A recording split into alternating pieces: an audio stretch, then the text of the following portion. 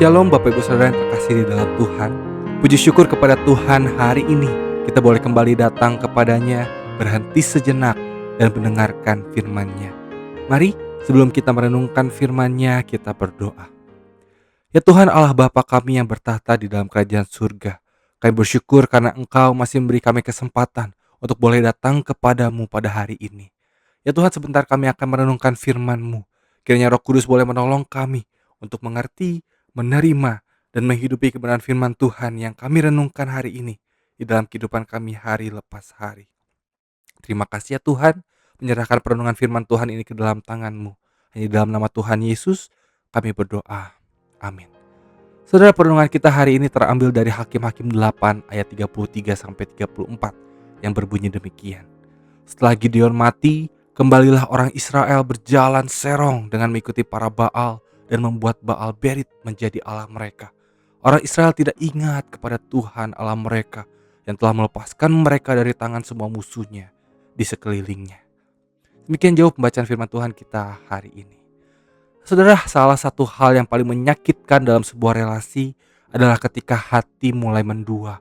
Secara lahiriah hubungan itu mungkin masih terlihat ada, tetapi di dalamnya kasih sudah mulai berpindah. Kesetiaan mulai retak. Dan saudara, firman Tuhan hari ini menunjukkan bahwa hal seperti itu juga bisa terjadi dalam relasi kita dengan Tuhan. Di dalam Hakim-Hakim 8 yang menjadi bahan perenungan kita hari ini, diceritakan setelah Gideon mati, bangsa Israel segera berbalik dan mengikuti para Baal. Dan Tuhan memakai bahasa yang sangat kuat untuk menggambarkan keadaan ini, yaitu mereka berzina dengan mengikuti Allah lain. Artinya masalahnya bukan sekedar mereka melakukan kesalahan kecil, masalahnya adalah hati mereka berpaling dari Tuhan yang telah mengasihi dan menyelamatkan mereka. Tuhan melihat ketidaksetiaan rohani itu seperti perzinahan dalam sebuah perjanjian kasih. Dan yang menarik, firman Tuhan menunjukkan dua akar dari masalah itu, saudara. Yang pertama, mereka lupa kepada Tuhan. Dan kedua, mereka tidak tahu berterima kasih. Mereka lupa siapa yang telah melepaskan mereka. Mereka lupa kebaikan Tuhan yang memimpin dan menolong mereka. Saudara, ketika hati lupa, hati menjadi mudah berpaling. Ketika hati tidak lagi dipenuhi ucapan syukur, hati menjadi sangat mudah terpikat oleh hal-hal lain. Dan kalau kita boleh jujur, mungkin pergumulan itu juga ada pada kita. Hati kita pun mungkin mudah sekali mengembara. Mungkin kita tidak sujud di depan patung Baal, tapi hati kita tetap bisa mendua. Misalnya kita bisa lebih mengasihi kenyamanan daripada Tuhan. Kita bisa lebih takut kehilangan uang daripada kehilangan keintiman dengan Tuhan. Kita bisa lebih mengejar penerimaan manusia daripada kerelaan untuk taat kepada Tuhan. Kita mungkin masih datang beribadah, masih melayani, masih beraktivitas seperti biasa. Tapi jangan-jangan diam-diam hati kita sudah melekat kepada yang lain. Nah, saudara, disinilah Injil menjadi begitu indah. Kalau kita melihat Yesus, saudara, Yesus datang untuk membawa kita kembali kepada kasih yang seharusnya menjadi pusat hidup kita. Dia datang untuk menebus hati kita yang mendua. Dia datang untuk memulihkan relasi yang rusak.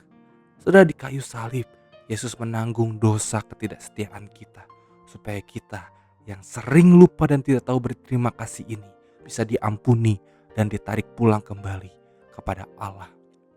Saudara, sekali lagi tema gereja kita tahun ini adalah relasi. Dan firman Tuhan hari ini mengingatkan bahwa relasi terpenting yang harus dijaga adalah relasi kita dengan Tuhan. Dan relasi itu tidak rusak dalam satu hari, saudara. Tapi relasi itu bisa pelan-pelan retak ketika kita berhenti mengingat kebaikan Tuhan dan berhenti bersyukur. Karena itu aplikasi firman Tuhan hari ini mengajak kita untuk mari kita boleh menjaga hati kita. Belajarlah mengingat kembali kebaikan Tuhan dalam hidup kita. Belajarlah bersyukur bahkan untuk hal-hal kecil. Dan ketika kita sadar hati kita mulai berpaling, jangan bersembunyi, saudara. Tapi datanglah kembali kepada Yesus. Akui dengan jujur, Tuhan, hatiku mudah mendua. Tolong sadarkan aku tolong pulihkan aku. Saudara yang terkasih, Tuhan kita adalah Allah yang cemburu. Bukan karena dia egois, tapi karena dia mengasihi kita terlalu dalam untuk membiarkan hati kita dihancurkan oleh Allah-Allah palsu.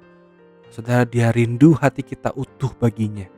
Dan kabar baiknya, dia bukan hanya menuntut kesetiaan kita, tetapi juga memberi kasih karunia yang memelihara kita supaya tetap setia. Amin. Mari kita berdoa. Ya Tuhan, terima kasih untuk firman-Mu hari ini.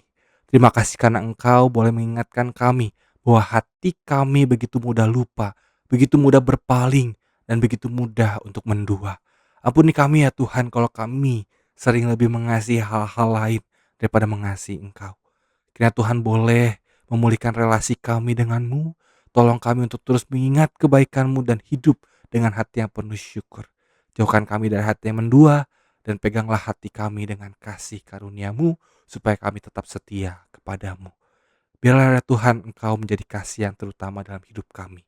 Dan dari relasi yang benar dengan-Mu, mampukan kami juga membangun relasi yang benar dengan sesama kami. Terima kasih ya Tuhan, hanya di dalam nama Tuhan Yesus satu-satunya Tuhan dan Juru Selamat kami yang hidup, kami berdoa.